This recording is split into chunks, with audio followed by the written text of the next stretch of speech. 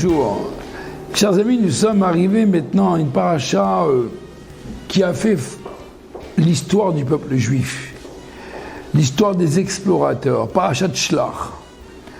Nous sommes maintenant rentrés dans l'histoire dont le peuple juif, Moshe Rabbeinu, décide finalement d'envoyer des explorateurs.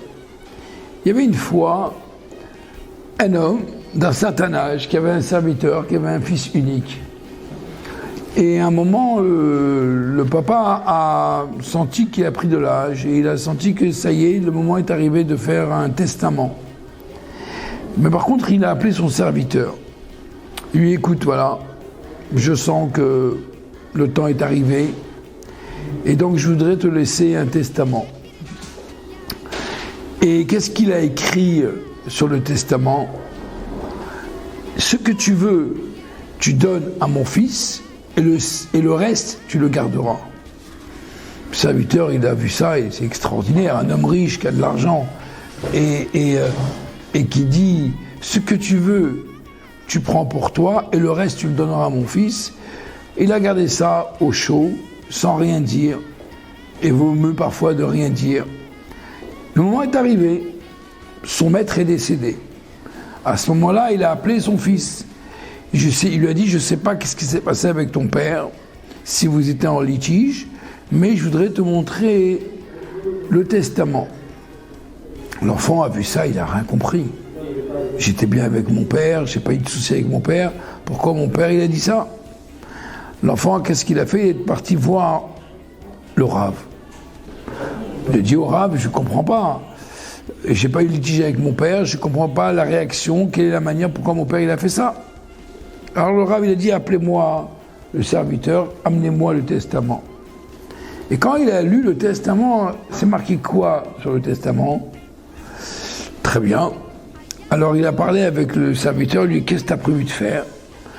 Il dit, écoute, j'ai prévu de donner 5% au fils et 95% pour moi. Ce que moi je veux, c'est 95%. Alors, lui dit, dans ces cas-là, tu donneras 95% au fils, et toi, tu garderas 5%. Parce que ton maître, il a dit, Machata Rotse, ce que toi, tu vas décider, ce que toi, tu veux, tu donneras à mon fils. Et comme toi, tu veux, et ce que toi, tu veux, c'est quoi?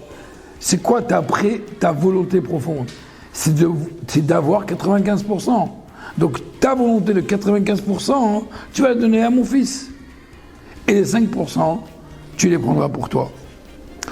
Dans cette paracha, il est quand même étonnant de voir que Moshe Rabbeinu, général, Moshe Rabbeinu, il a un ordre de Dieu.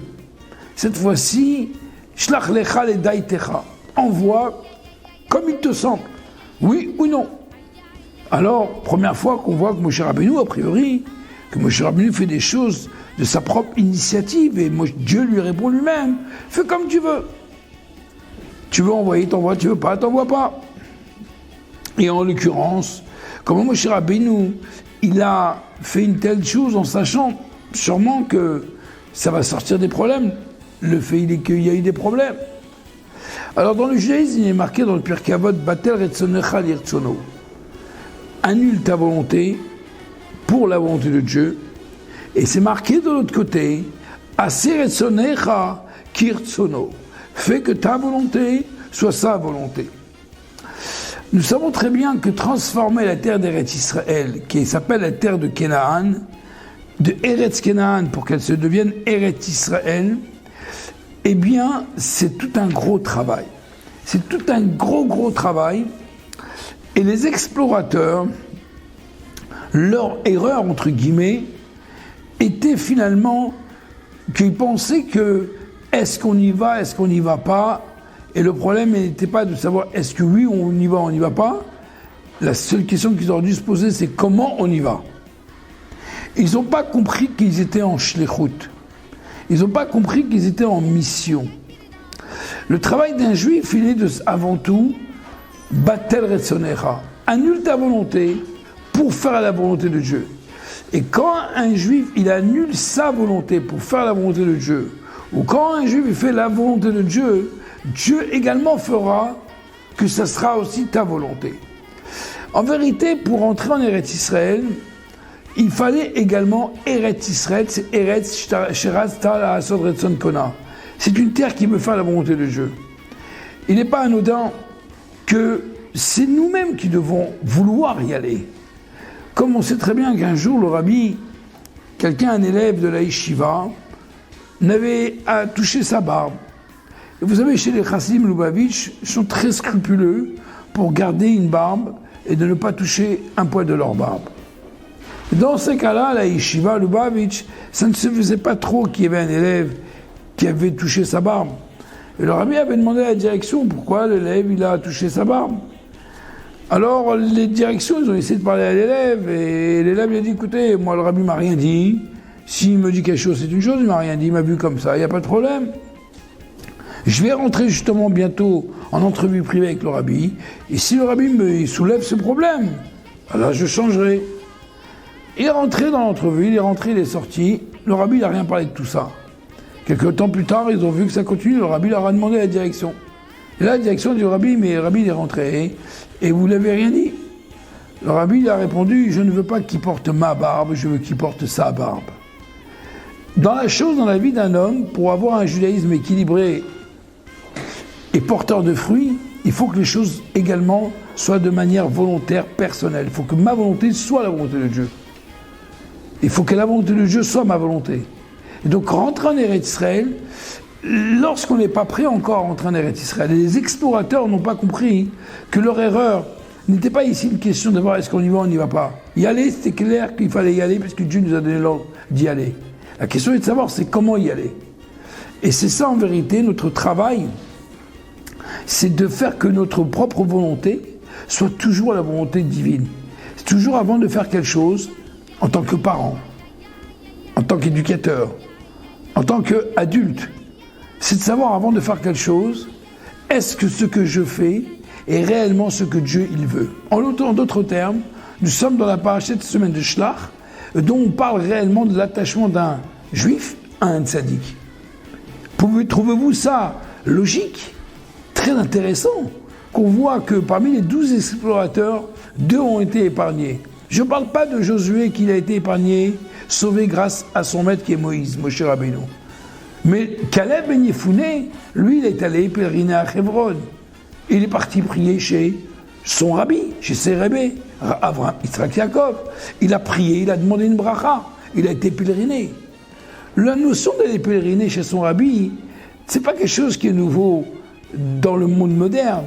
Ça existe depuis des temps, depuis Avraham, Yitzhak, Yaakov, en l'occurrence dans le cas ici de Caleb Ben Yefouné, qu'ils ont été pèlerinés, nos patriarches. Et grâce à ça qu'il a été pèleriné, il a été sauvé des complots qu'ils ont voulu faire.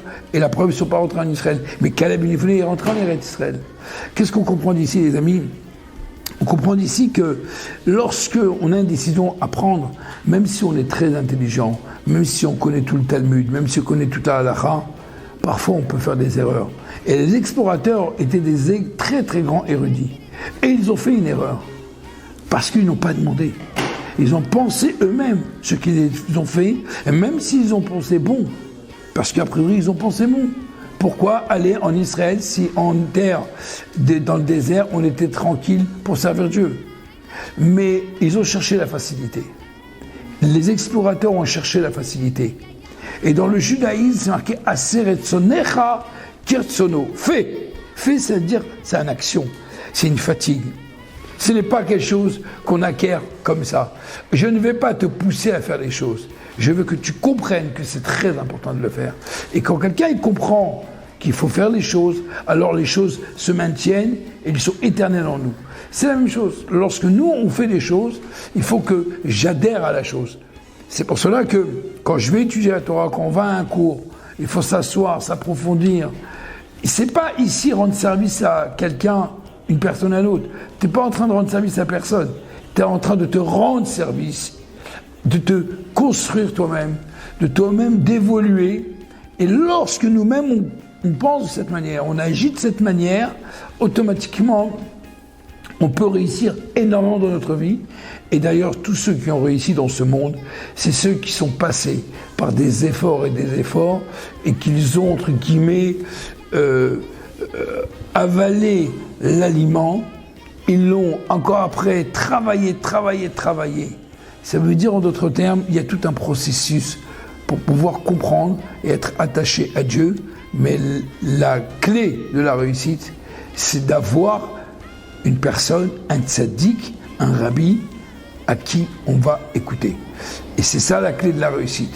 Que Dieu y fasse que dans les jours qui arrivent, qui est bientôt la Iloula du rabbi, eh bien, nous savons très bien que dans le peuple juif, de génération en génération, on a toujours eu des maîtres, mais pas des maîtres uniquement pour la culture et la richesse intellectuelle, mais des maîtres pour nous apprendre comment nous éduquer, comment éduquer nos enfants, comment transformer une maison juive, comment faire que notre couple, notre maison et nos enfants puissent être une famille équilibrée, construite comme il se doit, et pas par des contraintes, et que finalement, après le temps qui passe, rien n'est construit, tout est construit sur du sable. Ce n'est pas ça le judaïsme. Le judaïsme, c'est de savoir qu'il faut avoir un maître, et qu'on écoute son maître, et qui nous emmène à mieux servir le Créateur.